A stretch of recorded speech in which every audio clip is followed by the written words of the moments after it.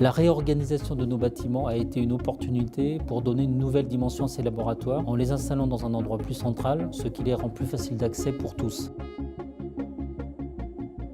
Alors bonjour Sylvain, merci d'être là. Bonjour Johan. Comment est-on passé des premiers laboratoires d'innovation au Spot aujourd'hui? En septembre 2014, nous avons créé le Lab Nyon, à un moment où les Fab Labs commençaient à se développer dans l'industrie. Un an plus tard, nous avons créé, en lien avec le projet Astrid, le Sideral Lab, qui est une salle de réalité virtuelle immersive. Notre ambition est d'en faire un outil au service de tous et un lieu qui favorise la créativité et qui permet le droit à l'erreur.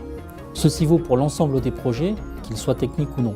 J'insiste sur la notion de droit à l'erreur, car plus tôt on relève une erreur dans la conduite d'un projet, moins ça coûte cher in fine.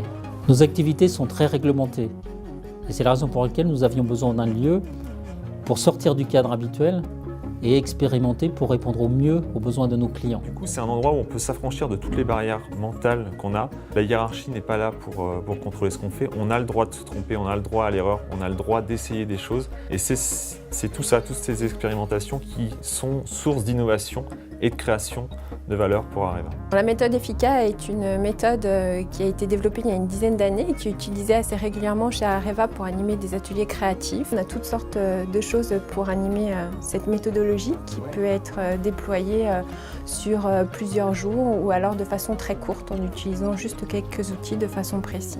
Parfois on a l'impression que c'est du temps perdu, mais au final je pense qu'ils n'ont pas idée de ce qu'on peut collecter comme information et la puissance de la méthodologie, même si elle paraît très ludique, et au contraire cet aspect ludique est très productif. Le sujet aussi, c'est que dans notre environnement nucléaire à cycle long, avec des produits à cycle long, de bien affirmer qu'il n'y a pas d'antinomie entre ces cycles longs des produits et puis un mouvement plus rapide qu'il faut impulser en interne. Malgré tout, il y a des choses à faire, il y a des choses à renouveler, il y a des choses à moderniser. Le monde bouge aussi autour de nous en termes d'outils, méthodes, produits, services, et on doit être dans ce mouvement. N'hésitez pas, venez nous voir, venez nous rencontrer, osez pousser les portes du Spot, et rien ne vous arrivera de grave. On est là pour vous accompagner et une fois qu'on y goûte, on y prend plaisir. Le Spot peut servir à l'ensemble des équipes, qu'elles soient ou non dans des fonctions techniques. C'est sortir un peu des normes. Rechercher des idées différemment, tester des choses. Bouger les lignes, penser à quelque chose d'original, éclairer nos envies. Exacerber cette créativité chez tous les collaborateurs. À bientôt donc au Spot.